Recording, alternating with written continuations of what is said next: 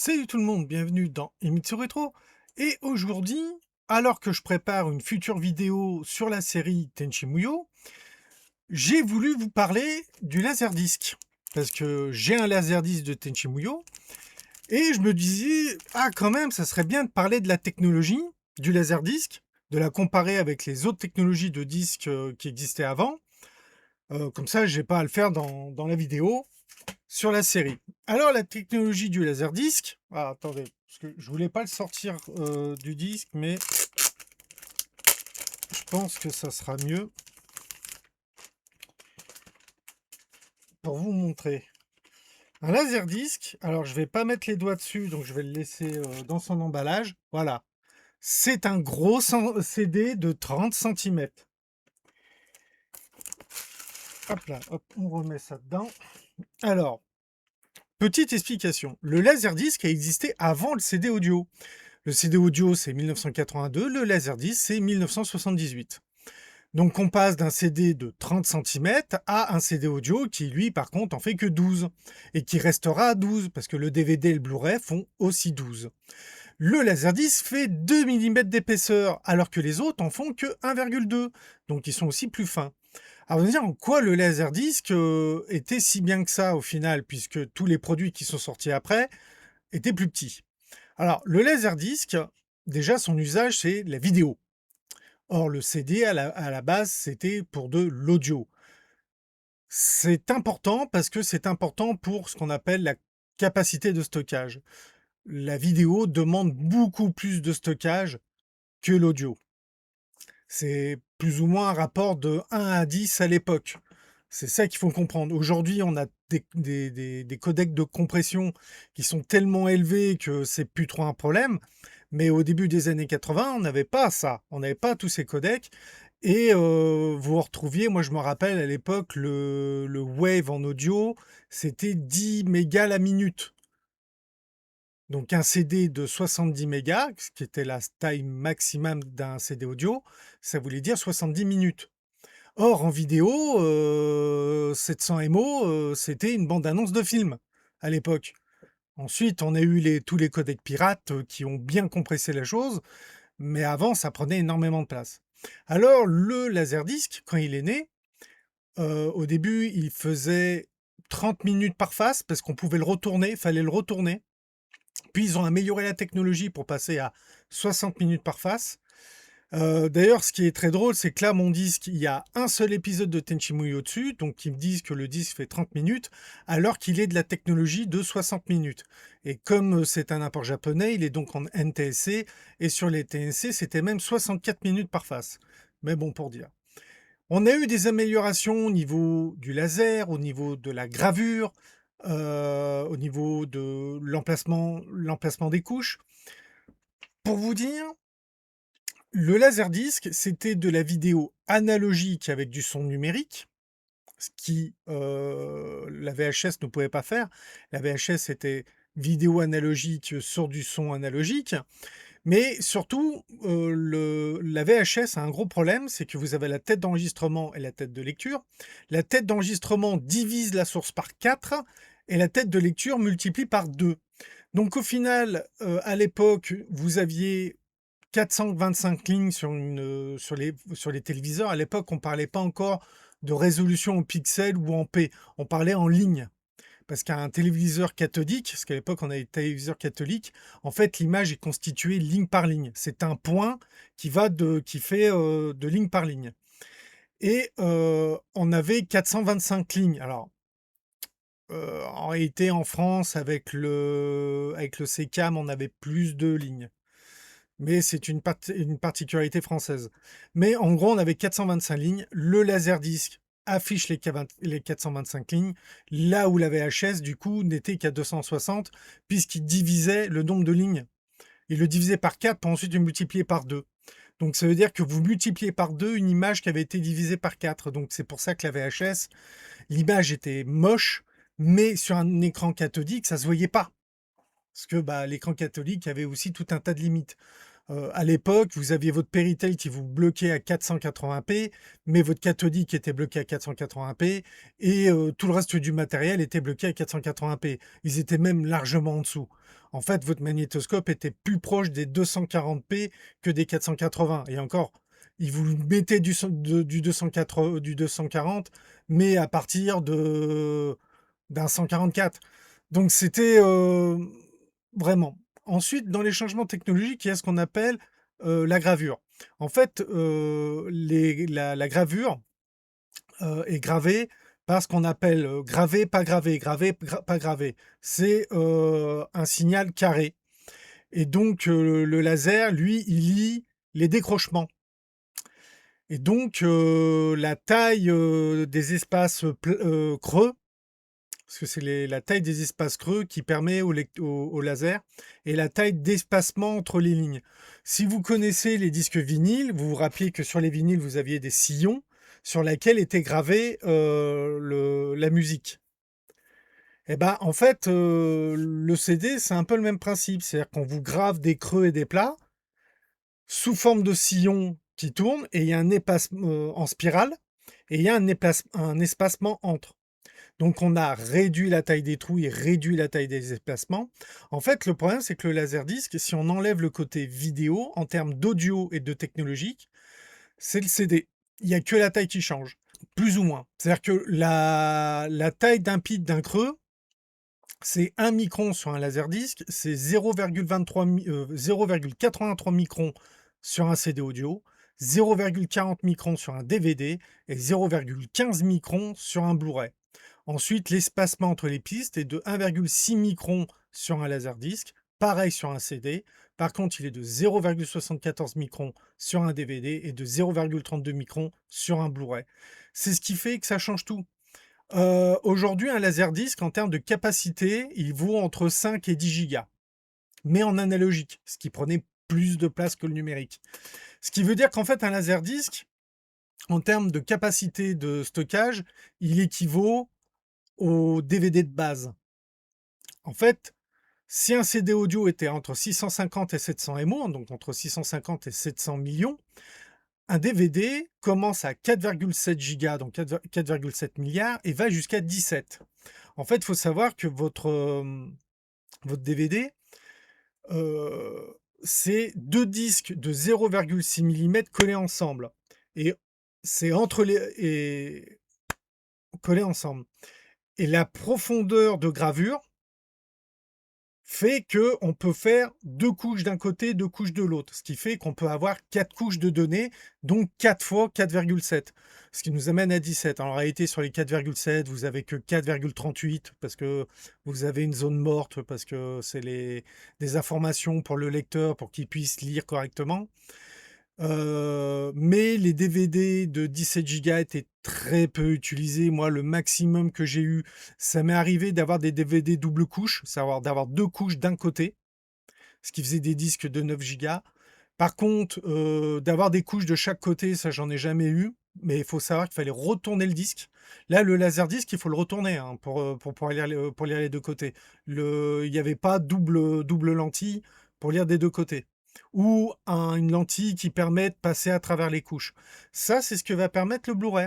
En fait, le Blu-ray utilise la même technologie que le DVD, c'est à savoir 4 couches. C'est-à-dire qu'il commence avec une couche de 25 gigas parce qu'il fait des pits beaucoup plus petits et il a des emplacements beaucoup plus petits. Donc il peut mettre 25 gigas sur une couche et s'il a 4 couches, il monte à 128 gigas.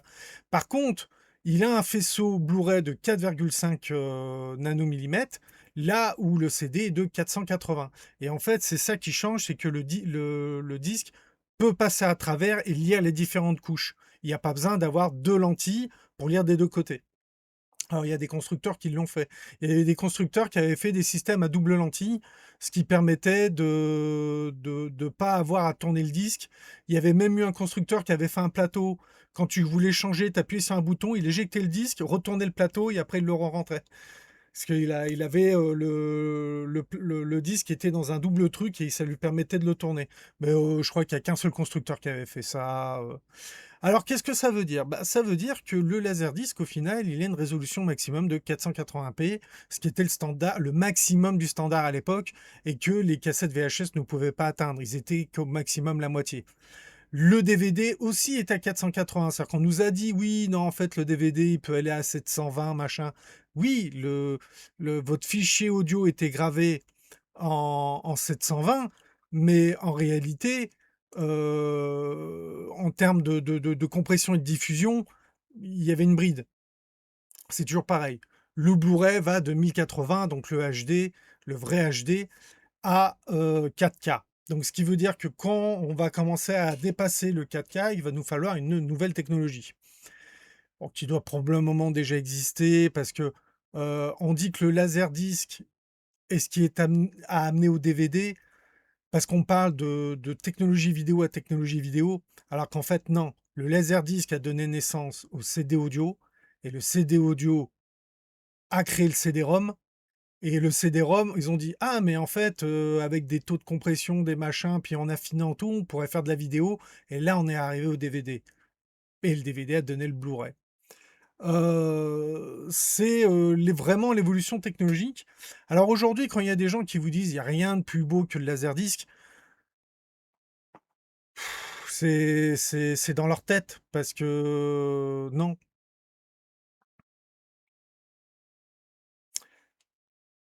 Il y a ce qu'on appelle la condition de visionnage. C'est-à-dire que quand tout votre matériel a la même capacité vous arrivez à diffuser votre signal sans perte, vous êtes au maximum de qualité d'image de votre support d'origine et du coup, vous vous dites: «C'est génial, il y a pas mieux». En réalité, si, il y a toujours mieux. Mais il faut comprendre une chose, si vous prenez une vidéo qui est en 480 et que vous le mettez sur un écran 4K, c'est toujours 480. Votre matériel n'améliore pas l'image. Et en plus, il y a la perception humaine. Il faut savoir que la perception humaine, au-delà de 2K, il ne voit plus la différence. C'est pour ça que les cinémas sont bien souvent en 2K. En fait, au-delà, on ne voit pas la différence. Alors, le cinéma, c'est encore un peu.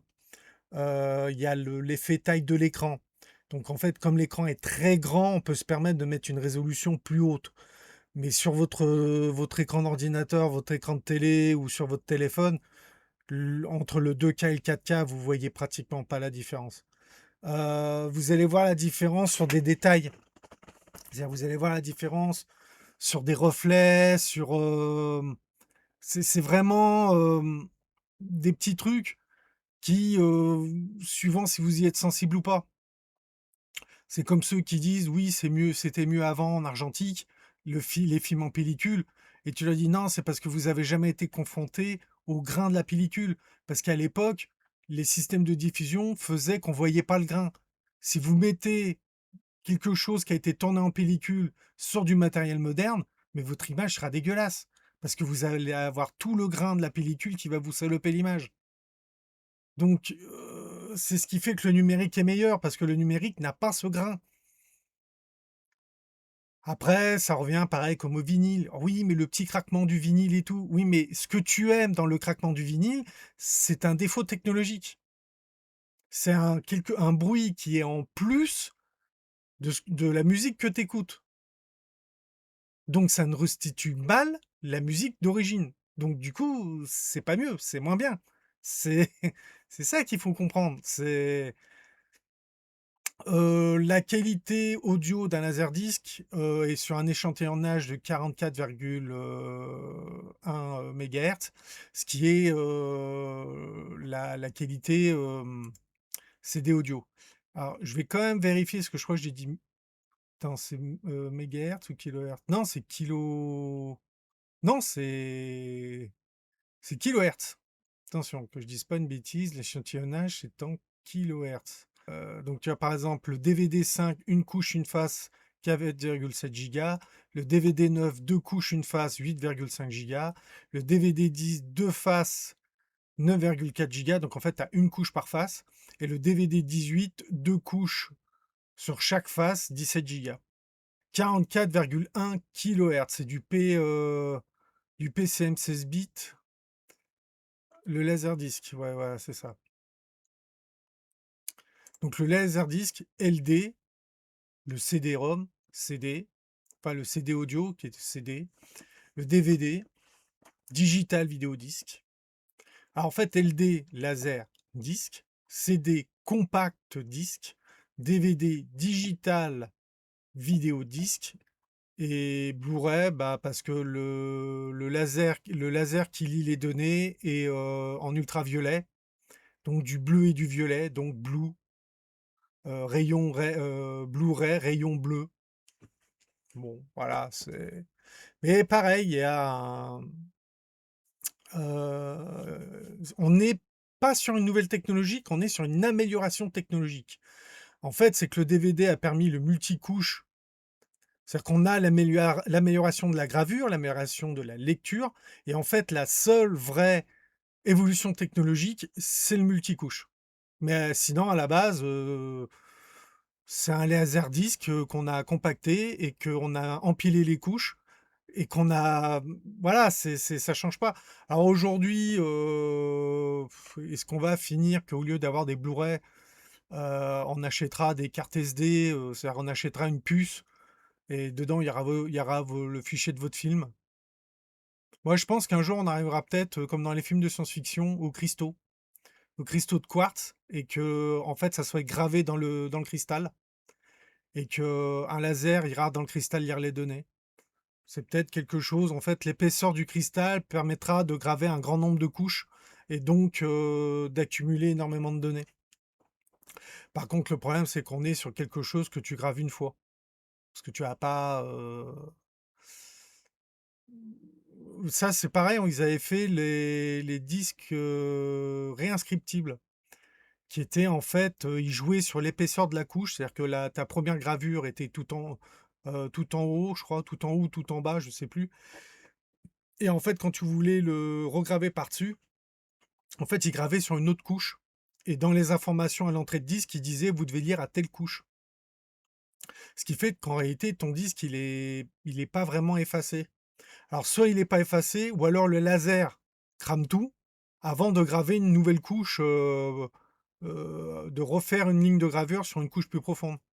Ça dépend des technologies. Parce que il y a une époque, la technologie n'était pas fixe. Souvent, tu avais un constructeur qui faisait une chose et un constructeur qui faisait autre chose, alors qu'ils vendaient le même produit, mais qu'ils le faisaient pas de la même manière. Voilà. Donc ça sera tout. Je voulais parler des laserdiscs.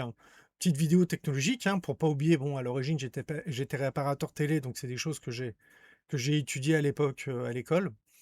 Et je vous dis à très bientôt pour une prochaine vidéo. Bye tout le monde.